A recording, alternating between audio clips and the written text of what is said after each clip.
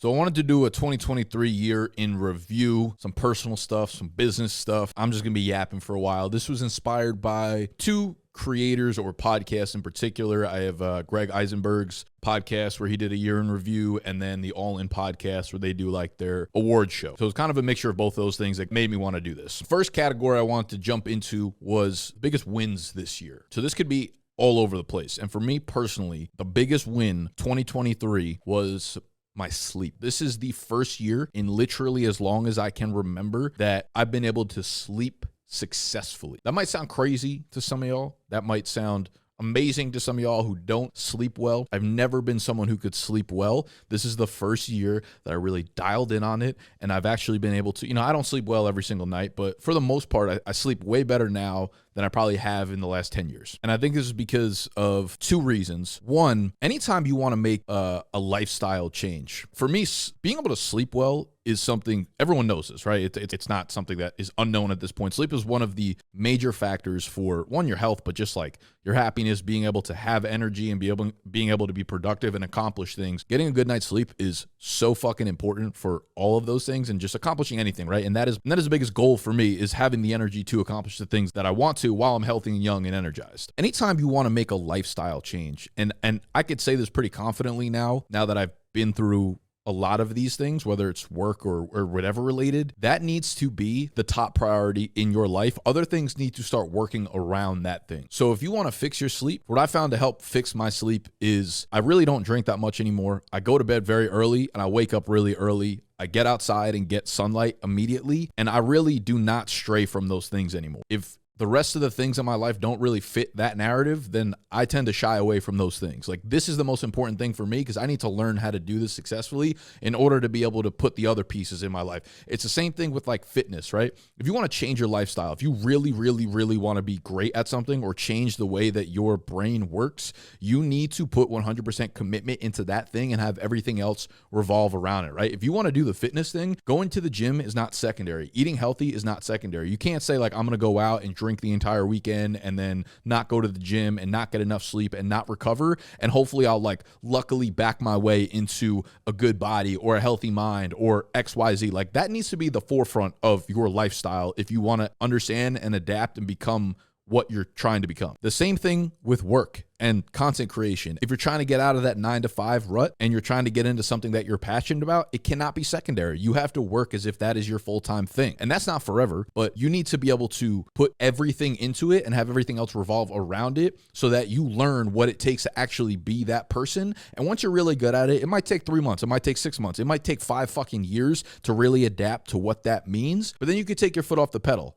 right? That becomes like one of your identities. Me and JL talk about that a lot. I think throughout life, you have different identities, things that you are really focused on and things you are really, really good at. And those become something that you're almost like an expert in, but they don't have to be the front-facing thing of who you are forever. You get really good at it, and then it's something that you kind of have up your sleeve. Like, that is one of my lifestyles. That is one of the things that I'm really good at. Once I feel like I've mastered it, then I can move on. So good. So that is one of my biggest wins, but also hopefully a learning point for you guys. If you're serious about making a change in your life, if you're serious about work, if you're serious about your body, your fitness, your mind, whatever, that needs to be forefront. Everything else needs to work around that. And you'll lose people in your life because of that. You'll have people making fun of you. You will have people that are constantly asking like, why you're doing this? You're being weird. The people that win in today's world are weird. All right, I guarantee you, the people that have something weird about them are the ones that I am personally attracted to, and I think most people are. People don't like to be weird because people talk about them, but people talk. The weird people are the ones that get ahead and are the ones that are talked about. You might equate being talked about as negative, but I promise you it is positive. So win number 2 for this year for me, I would say, is my mindset or idea of investing into really high quality people and things in order to get really high quality results. I think for a really, really long time, I took the stance of like putting all my time and being really resourceful and like being in the trenches at all times as like this sign of strength, which it is, right? And almost going back to the last point, that became something of a lifestyle for me. And it's something in my bag at all time. Like, I know if something goes wrong or if I know I need something done,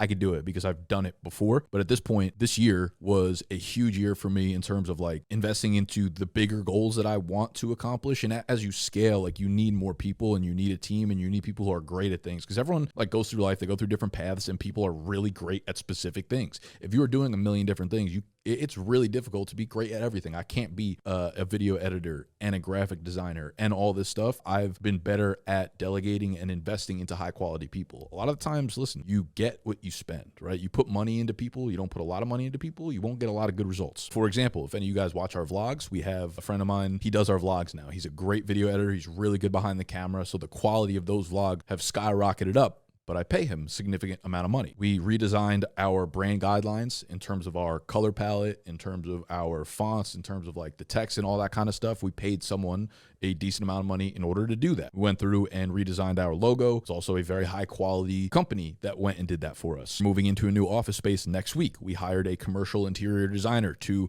design the entire thing, to make sure that the energy was there, that it was comfortable, something that we want to invest heavily into, something that has great energy, somewhere that we really want to be. And I didn't trust myself to be able to do that. I did that for this one, and I like where we're at, but I don't want to have to do it again. So I was okay saying like, you know what? I invested so much time into what I'm doing here that it eventually translated into money. Now let me spend that money on people that could save me time and do something at a very high quality rate. We invested into our first 6-figure employee, JL, our CTO. I'm sorry if I'm putting you on blast here. I don't think that is probably news to anybody at this point. When you're the CTO of a company, you're probably getting paid relatively heavily, all right? So product and tech is something that we're gonna be really focused on over the next 2 to 3 years. And I wanted to make sure I've been through different software engineers, I've been through different designers, I've been through different coders, etc. And at this point, I'm willing to invest the heavy money into making sure that we do this correctly. We're now working with a law firm that's really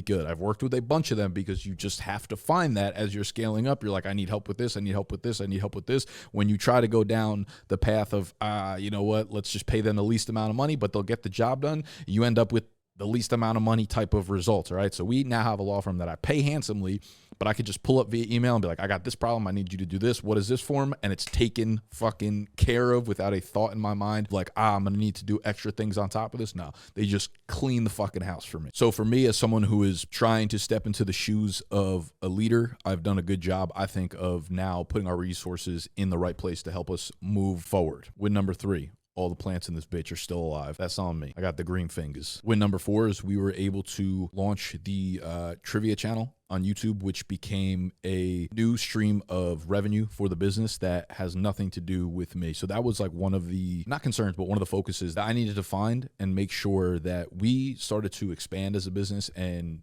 started to grow and bring in different revenue streams where I didn't need to invest more time and I didn't have more overhead into it, right? Like investing into people that can grow these revenue streams. The trivia channel, we do an NFL trivia channel. We're putting out probably 4, 5, 6 videos a week. That's starting to bring in like $7,000 a month via Google AdSense, plus probably $3,000, $4,000, $5,000 a month via TikTok creativity program. We have not monetized anything on that besides straight from the platform. We have not really started selling merch. We have not productized. We have not given services or anything like that. So once we do, I imagine that's going to be a gold mine for us. So I'm really excited to develop a different revenue stream for the business. Speaking of business, we signed a deal with Underdog Fantasy, to be partners with them exclusively for a 2-year period. So that took place earlier this year, like April 2023, which we will be now partnered with them through April 2025. And that was really nice from a business owner standpoint, because now I can kind of like sit back, relax, just do the work for them and not have to worry about negotiating new deals or anything like that.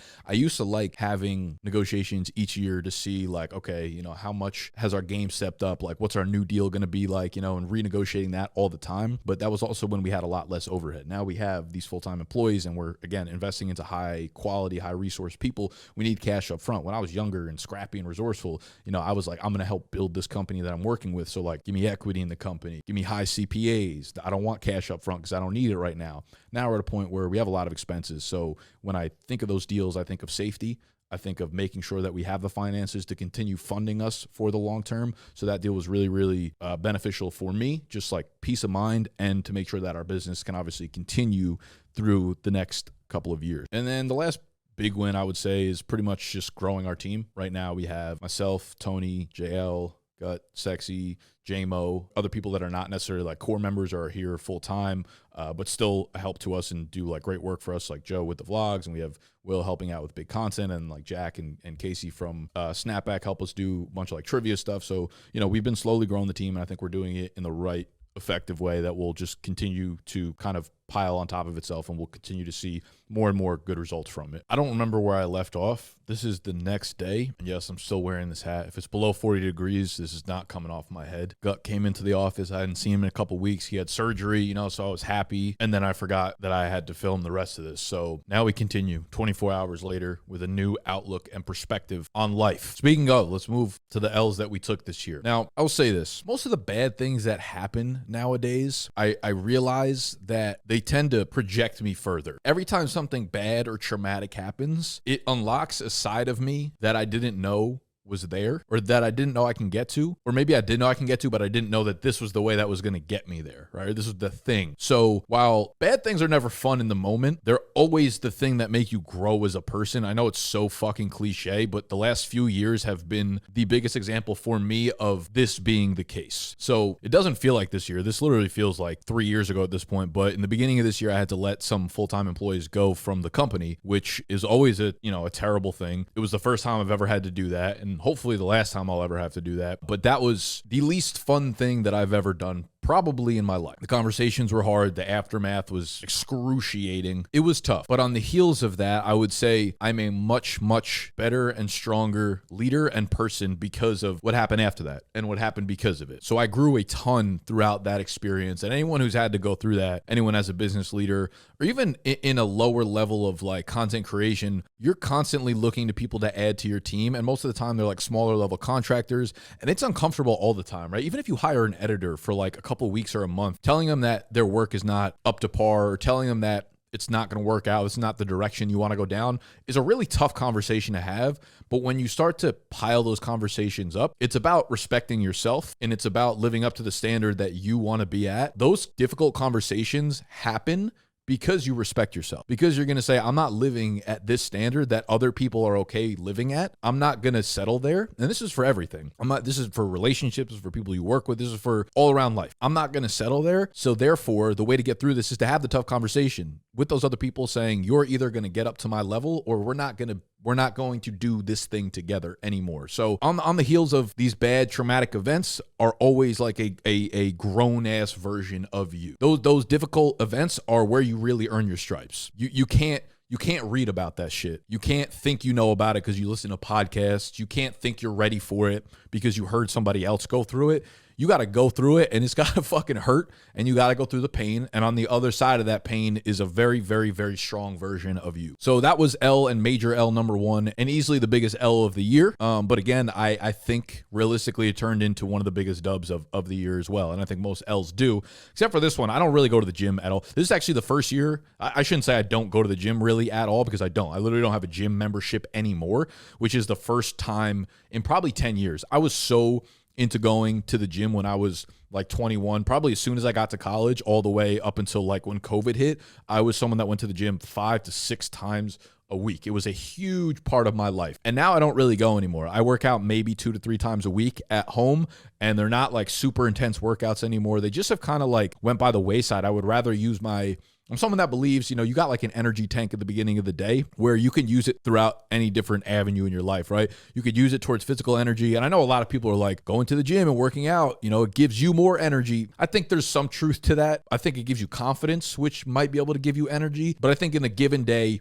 you have so much output that you can give to the world. And I now, where I'm at in my life, and this wasn't always the case, but it's just where I am. It's right. This is self-awareness. This is me knowing myself. I like to put almost all of my energy into work, right? I'll wake up and I'll say like, okay, over the next 2 hours, I can either get ready for this video I'm about to make. I can either create something, or I could work out. My mindset right now, and has been for the last few years, is to go into creation mode. So I'm a different person than I was a few years ago, and I'm okay with that. But I also know objectively I should be working out more. So that's not great. And it's been something I've been getting a little bit better at now. We're into the new year, and I think I've worked out maybe like 4 out of the 7 days. So that means I probably won't work out for another week or so, and then I'll pretend to get back onto the grind for like 2 days, and then I'll not work out for 7 days. But here we are. Okay, so those are the long-winded dubs and L's. I think the rest of the video will be more quick, hard-hitting, award ceremony type type shits. So let's jump into social media growth. We have the main fantasy YouTube channel, which is our main like bdge. Fantasy football went from 90,000 subscribers up to around 117,000 subscribers where it's at now. The bdge trivia channel, which we launched in July, which is what, 6 months ago or so, is up near 32,000 subscribers right now.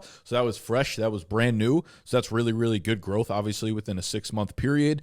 We have the bdge TikTok, which was at 625,000-ish to start the year, dumped down to 575,000-ish within about a month. And now we're back up to over, I think, 650,000 subscribers. So we dipped about 50,000 and then gained 75,000. So we're going in the right direction right now. But all in all, it was almost a wash. My personal TikTok, my personal accounts, I don't try to grow any of my personal stuff. Like, I don't make content to grow on Instagram or Twitter or anything like that. My personal TikTok did jump up from about 10,000 to 60,000, kind of on accident. My personal TikTok grew to 10,000 just because I was a part of bdge. And then I started making, there was a video I wanted to make that I just thought was funny about New York City. And it was like 7 things to know if you're moving to New York City. So I was like, I'm going to make a few more of these. I got some other like funny tips or pieces of advice for people moving to New York. And I made like 5 or 6 of those and they all started going viral. They just started kind of popping off and I grew a following from that of TikTok, but I never did it to actually grow. I guess it was cool that it grew, but this year what I'm going to be focusing on is more creator focused content. So I'm going to try to grow my own personal stuff, probably just TikTok for the most part and the big content YouTube from a point of view or from an angle of helping creators. But I don't like trying to grow my personal stuff. I don't want to like put myself in a box to feel like I need to create now or I need to put a certain number of videos or I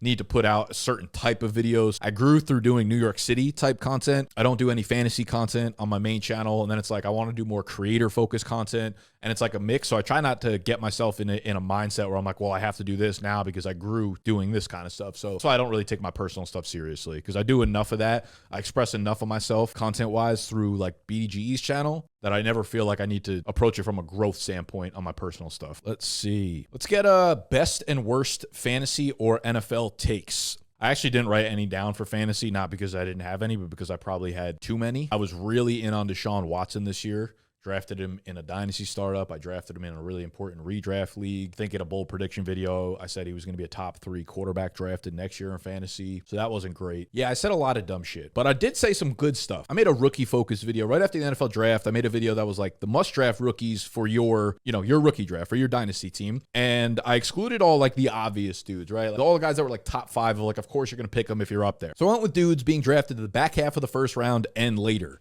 And I absolutely hit this the fuck out of the park. If you look at this list, Dalton Kincaid, Devon Achane, Sam Laporta, Kendre Miller, Josh Downs, Rashee Rice, Jayden Reed, Michael Wilson, Tyler Scott. Yeah, there are some misses, but in terms of like 2nd, 3rd, and 4th round picks, you cannot, if you can find a video with a better hit rate on dudes that were not assured to be hits than this fucking list right here, I will Venmo you $100 right now. If you drafted your rookie draft based on just this list, you'd be sitting motherfucking pretty. Speaking of that, the first video I made right before the NFL season kicked off was late round stashes. Puka, top of the fucking list. So that was a hit. But if you want to see any really, really bad takes, all you got to do is watch pretty much any video that I put out from June through August. Let's move on to my favorite content creators of the year. I have like 6 or 7 of them, and I'll go through them quickly. Alex Hormozi, he is atop the list. I absolutely fucking love his podcast. If you're into business, if you're into marketing, if you're into branding, if you're into being a creator, if you're into like mindset and self-improvement and positive mindset, Alex Hormozi, without a doubt, tops the list. He is already wildly popular, but he will be like, well, probably the most popular creator, I think, over the next 5 years. He is incredible, and most people like myself surpass him when you're swiping on TikTok and see his stuff. I like his long form stuff. His podcast is my preferred form of consumption. He looks like a crazy person. He's got long hair. He's like really, really jacked. So he kind of looks like an asshole, but he is awesome. He is awesome. I promise. Give him a chance if you are into this type of content, and you will fall in love with him very quickly. Really, really, really down to earth, practical business advice that you will, I'm telling you, you'll fall in love with very quickly. A couple comedians, Shane Gillis obviously tops the list. And these are guys that I discovered this year and really got into their content this year. So some of you guys might have known these guys from 3-4 years ago. I'm not saying they popped off this year. I'm just saying they entered my minefield this year, and I got really into them this year. So Shane Gillis and Stavi. And Stavi from Cumtown. From the Cumtown podcast, he does a lot of like individual stand-up now. One of my favorite TikTok follows is this guy named Ashwin. I think his TikTok name is Ashwin Brand Biz Marketing. He is like a genius branding content creator. He'll look at designs of different brands and tell you why it's good, why it's bad, like redesigns, why it hit, why it didn't. It's just really, really interesting stuff. I think he does it so well. He looks at logos, he looks at brand templates and brand guidelines, and he talks about how and why things work together really well from a branding standpoint. I want to show the girlies out there some love too. So Kelly Roach is a fucking girl boss, business-minded. She used to be an NFL cheerleader, but now she just runs a massive like coaching, consulting, client-run business for people. So Kelly Roach, again, mindset, business, whatever. If you're into that type of stuff, check out Kelly Roach. Greg Eisenberg is one of my favorite follows just on Twitter in general. Another business, creator, economy type beat. Gary V, as always, he will be number one on this list. He's always been on my list, so he's not new to me this year. Shouldn't be new to you either, but just, you know, I can't do this video without shouting out Gary V. And last dude up on this list, you thought I wasn't going to go the whole video without talking about Mabu. Lil Mabu, the king of New York. He's like this 18-year-old rapper who went to school in the Upper East Side, this really rich school. And why I love him, this is not a joke. This is not a joke. He's literally one of my favorite content creators. He's a rapper, and the reason I say content is because he makes music videos for his songs that are amazing. He pushes the boundaries. He's like single-handedly gonna bring back the music video. He's super dope. He's like, if any of y'all watch Shameless, Carl from Shameless, little white boy, little brother, if he became a big-time rapper, that's what Lil Mabu would be. He's a genius content creator. His music is also fucking really, really, really, really good, but I love that he's just himself, and I love that he's pushing the boundaries with the creativity of his songs, his wordplay, and more importantly, the visuals that you see on screen. Go watch any of his music videos that he's made over the last like year or so, and you'll be like, holy fuck, like he cares about his craft, he cares about his art, he cares about being an individual. He inspires himself. You could tell, like, he does not take inspiration for his creativity, for his videos, for the things that he makes from other people. Like, you could tell that it comes from an internal place, and I respect the shit out of it. Favorite newsletters would be Creator Hooks. It's a simple newsletter that hits your inbox every Monday, and it goes through 5 viral YouTube videos, breaks down the title mechanism, why that title is so successful, and it basically formulates it so that you could use that same title and transfer it over to your niche or your industry. So I'll link that newsletter. I also like this other newsletter called, I don't even know how to say it, ARIYH. I don't know if it stands for something. It fucking has to, I guess. The slogan is 3-minute practical marketing recommendations from the latest scientific research.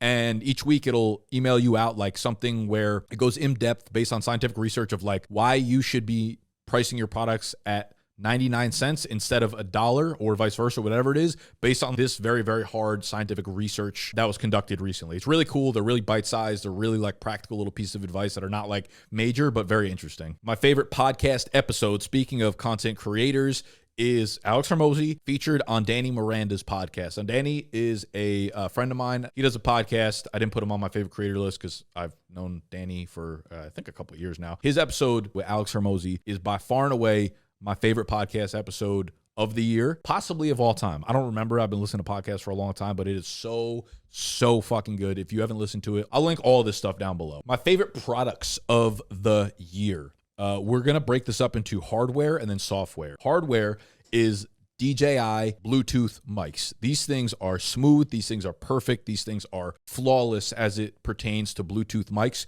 You can plug them into your camera. You can plug them into your phone. They are plug and play. They are so easy to use. You can record straight to the device and upload the audio there. But if it's plugged into your phone or your camera, then that will pick up the audio all the way up to like, I think 100 yards or maybe even more than that, maybe way more than that. I don't even know. Are so worth the money. Manfrotto tripods. If you're looking for a budget-friendly, really, really good tripod, the Manfrotto tripods that we are using currently on this camera, as well as all the ones around in the studio right now, the reason I love them, they're not like much sturdier than any normal like $50 to $70 tripod, but they have this ball mechanism, pause, slide it back, and you're able to move it around in any such angle, and it's just really, really, really smooth. I'm a big fan of that product. My last item on this list is Hoka shoes, because I was going to get to my favorite exercise. You know, I said that I don't really go to the gym anymore. Walking has become such a big part of my fucking life. Every day that it's like above 45 degrees out, I try to get outside first thing in the morning and go for a very long walk. And Hoka, Hoka shoes are the most comfortable walking, running, exercise shoes I've ever put on, like bar none. And I know a lot of people get new exercise shoes and like, oh, they're so comfortable. They're really, most of the time they're not, right? Like after like 3 goes, you're like, these are actually not that comfortable. Hoka feels like you were walking on fucking clouds. And I mean that substantially. I love Hoka shoes. I love my Crocs too, though. Let's move to software. We'll start with a free one. Thumbsup.tv. Straight up. Thumbsup.tv is a site that you could use to upload your thumbnail as well as put in a title, and it shows you exactly how it looks on YouTube on every different device, platform, or angle. So the main screen, the browse screen, the side screen, whatever. That's a really, really good one. CapCut, my favorite editing software that I was introduced to this year. It's not just the mobile editing software. You could actually use it on desktop now. It's not as high of a learning curve as like Premiere Pro, which has way more effects to it, but it's way better than like an iMovie that really has nothing going on. Next up, we got an app called Opal. OPAL. So if any of y'all are fucking just getting addicted to your phone and technology to a very, very high negative degree like myself, Opal allows you to group apps on your phone, like social media apps, whatever kind of apps you want that you can't get off of, and you group them, and then you can hit like start session and it will block those apps. Like you literally cannot get into those apps, and you could put settings. They have different like difficulty levels where it's like easy, normal, whatever.